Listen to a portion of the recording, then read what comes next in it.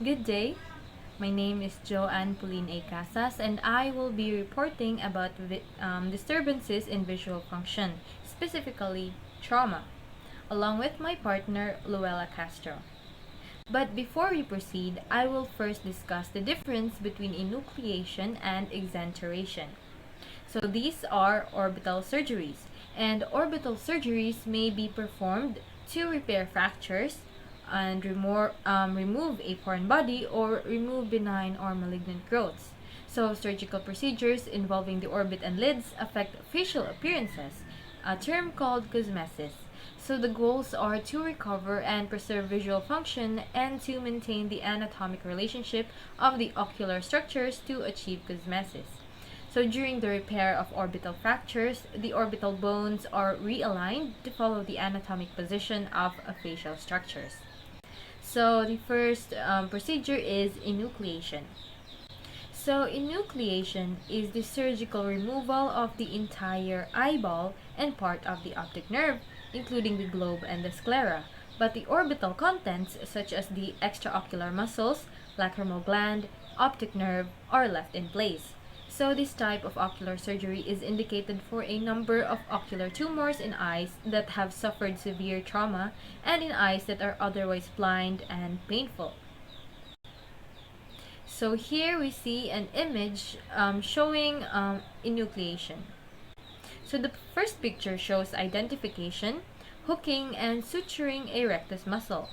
The second picture shows cutting a rectus muscle, and the third picture shows isolation and transection of an oblique muscle. The second row of pictures shows identification, strumming and severing of the optic nerve, and insertion of the implant.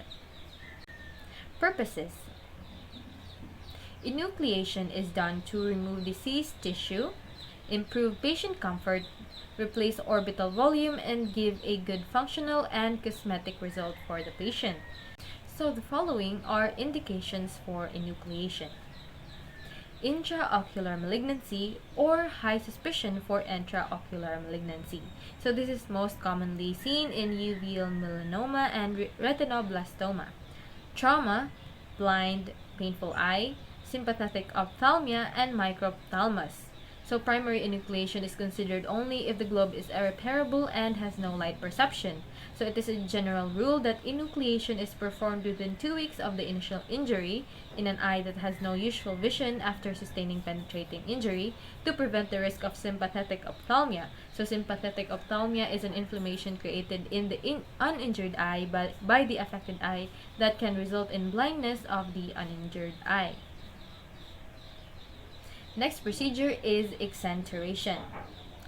Exenteration is the removal of all eye socket contents, including muscles, the lacrimal gland system, the optic nerve, as well as varying parts of the bone of the orbit.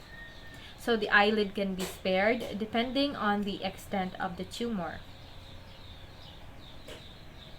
So it is indicated in malignancies in the orbit that are life-threatening or when more conservative modalities of treatment have failed or are inappropriate.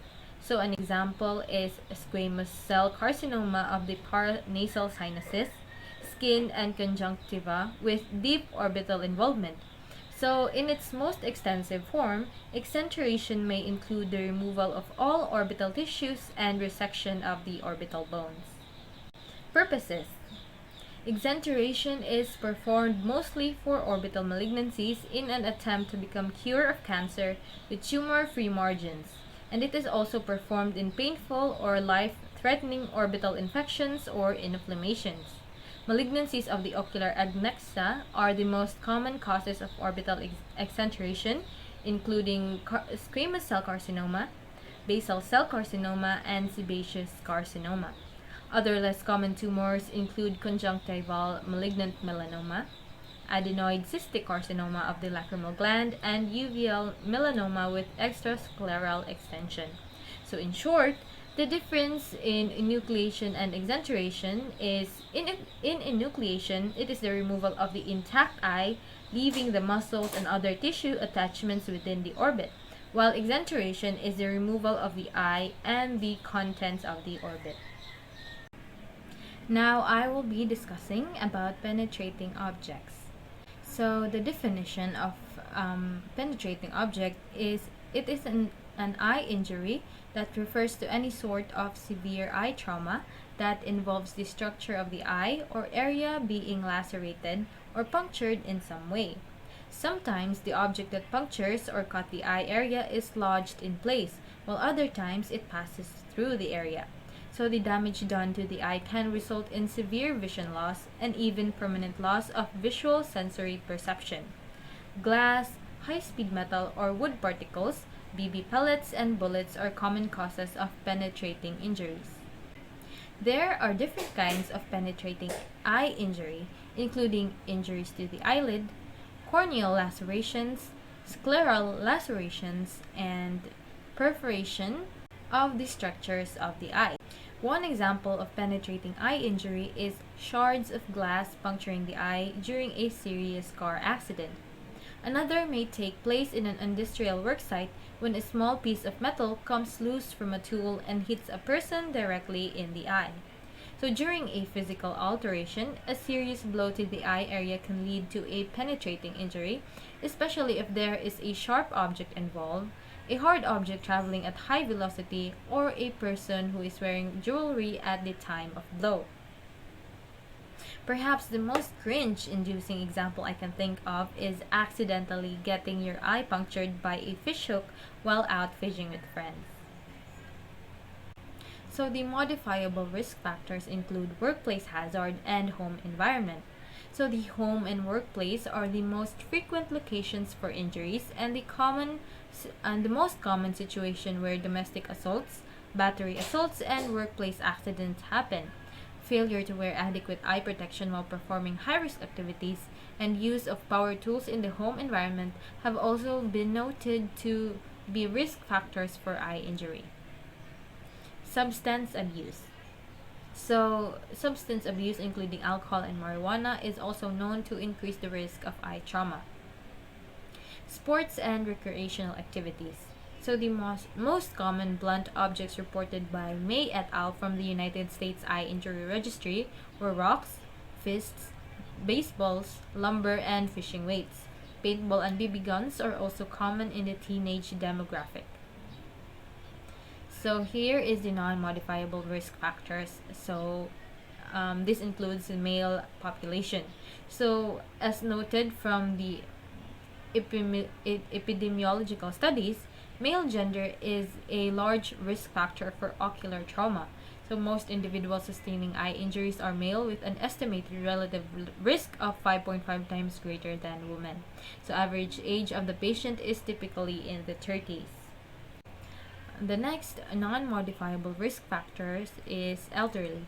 So in the elderly population, globe rupture is actually more common, typically from falls and structural weakening of the eye with age. So the most common sharp objects were sticks, knives, scissors, screwdrivers, and nails. So when one of these objects become lodged in the eye, it is referred to as an intraocular foreign body or IOFB, which occurs in up to 40% of ocular penetrating or perforating injuries. So here I am presenting the pathophysiology for penetrating eye injury or penetrating objects. So the modifiable risk factors, as I have mentioned earlier, are workplace hazards in home environment and substance abuse in sports and recreational activities. And the non-modifiable risk factors are the male and elderly population. So this injury from the sports and recreational activities, along with the other modifiable risk factors, may lead to injury from any sharp or high velocity objects. And the non-modifiable risk factors may lead to falls and structural weakening of the eye with age in the elderly population, and in male fail to wear adequate eye protection while performing high-risk activities. So this will lead to injuries, and the injuries may penetrate into the eye. And after that is a full thickness rupture of the cornea and or the sclera.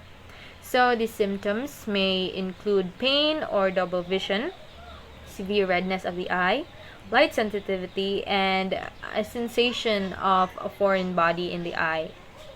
So the complications may include corneal scarring, sympathetic ophthalmia, siderosis or the deposition of iron, choroidal rupture, post-traumatic glaucoma and cataract, and retinal detachment and endophthalmitis. So diagnostics include ultrasound and computed tomography, ultrasonography, and magnetic resonance imaging or MRI. So the management includes surgery, a Fox shield, antiemetics, analgesics, intravenous antibiotics, and update of tetanus status should be completed. It is also noted not to use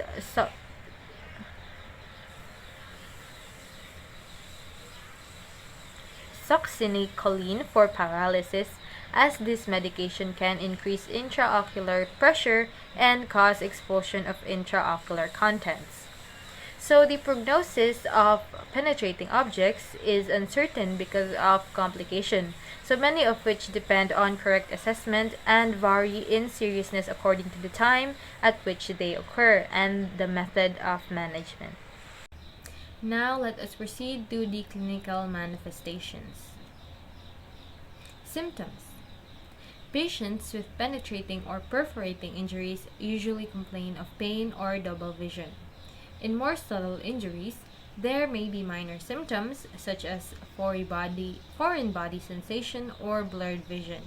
Severe redness, light sensitivity, and foreign body sensation are also symptoms of open globe injuries.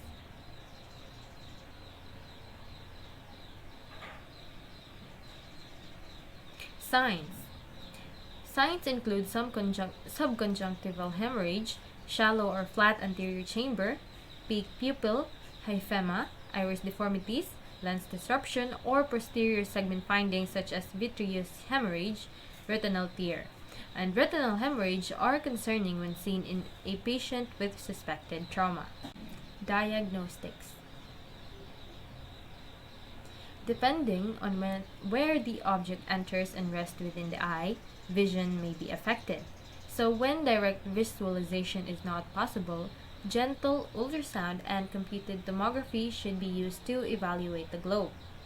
Ultrasonography is also used if possible without causing further damage to the eye, and is helpful when the media preclude a posterior exam, and has been shown to have a 100% positive predictive value for diagnosing retinal detachment and IOFB, also known as intraocular foreign bodies. So it is important to obtain thin 1 mm CT cuts in the axial, coronal, and sagittal planes to rule out IOFB, which can be present in up to 40% of penetrating ocular injuries.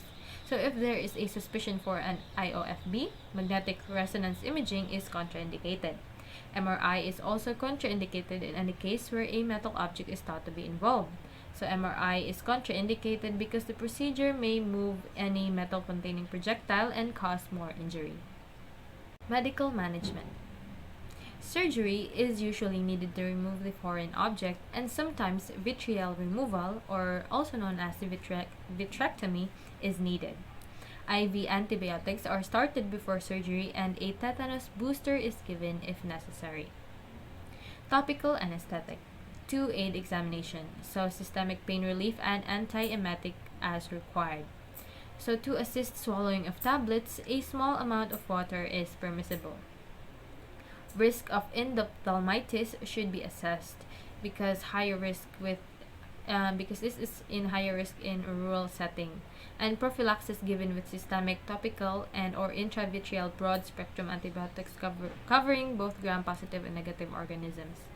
So typically, vancomycin and a third-generation cephalosporin such as ceftizidime are used.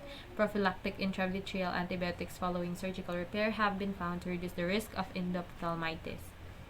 If surgical exploration is planned, a Fox shield, antiemetics, analgesics, intravenous antibiotics, and update of tetanus status should be completed. So the patient should be made NPO immediately in preparation for emergent surgery. It is critical for anesthesia to be aware not to use high-dose ketamine for sedation and not to use succinylcholine for paralysis, as these medications can increase intraocular pressure and cause expulsion of intraocular contents. Surgical managements. Globe exploration should be performed in suspected penetrating trauma with possible vitrectomy if vitreous hemorrhage with an intraocular foreign body or retinal detachment is present. Otherwise, closure of the open globe is done primarily focusing on anterior segment structures, with all attempts made to restore the eye back to its pre-trauma state. Any subsequent procedures needed to restore the anterior segment, such as penetrating keratoplasty, are performed at a later date when the eye is stable. Any eyelid trauma should be repaired after repair of the globe injury, as pressure placed on the eyelids during repair can extrude globe contents, and in addition, eyelid trauma can sometimes improve exposure of the globe injury. Post-operatively, the eye should be monitored carefully with exams and ultrasound until any vitreous hemorrhage resolves or indicated for pars plana vitrectomy occur. For eyes in which the vitreous cavity has been violated on presentation, pars plana vitrectomy is frequently performed to avoid tractional retinal detachment when vitreous organization is seen. Nursing management. When the patient presents, conduct an initial trauma assessment and resuscitation if necessary, using the airway, breathing, circulation, disability exposure, or the ABCDE systematic approach. Next is to ask about systemic comorbidities, allergies to medication, and time of last meal. Non-ocular injuries such as head injuries should be managed with the help of other specialists. So, what to ask when taking a history? So, you use ATMIST-V or ATMIST-V. So, A stands for age of patient, T stands for time and date of injury, M is for mechanism, which includes a sharp object, hammer and chisel, sewing, grinding, explosives, broken windscreen, and etc. And setting, such as the work, home, gardening, assault, and motor accident, etc.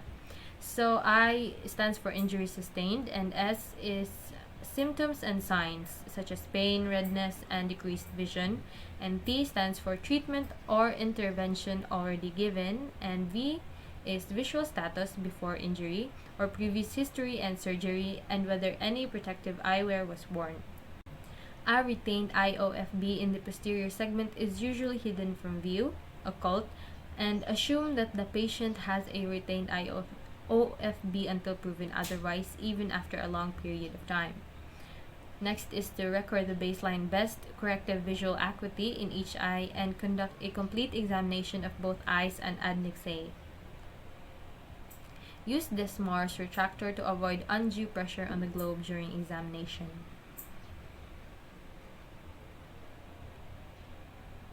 Next, history and clinical findings that should raise the suspicion of an IOFB include a history of hammering a metal object, a scleral wound with uveal prolapse, a corneal entry point with edema, a shallow anterior chamber, an iris hole, an irregular pupil, a lens defect, and vitreous hemorrhage.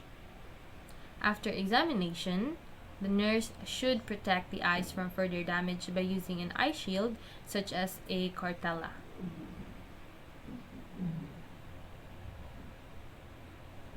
Next is to administer appropriate systemic analgesics, consider NSAIDs.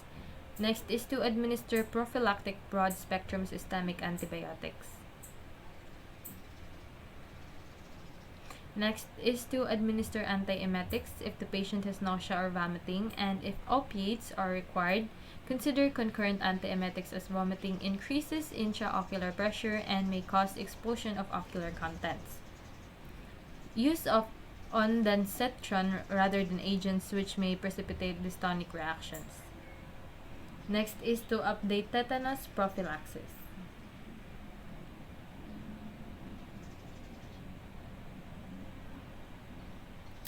Next is to recommend nil by mouth status in preparation for surgery, and to carefully document all findings and actions taken.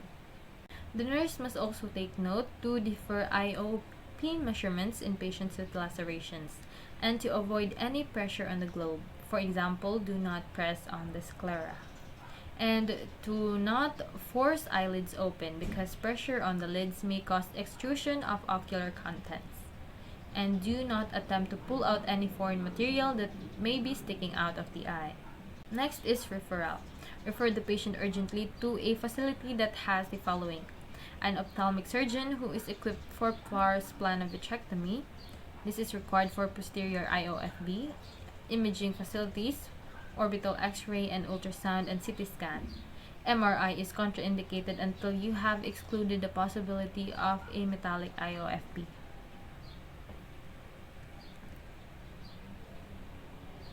An operating theater where urgent removal of IOFB, intravitreal antibiotic injection, and surgical repair can be done.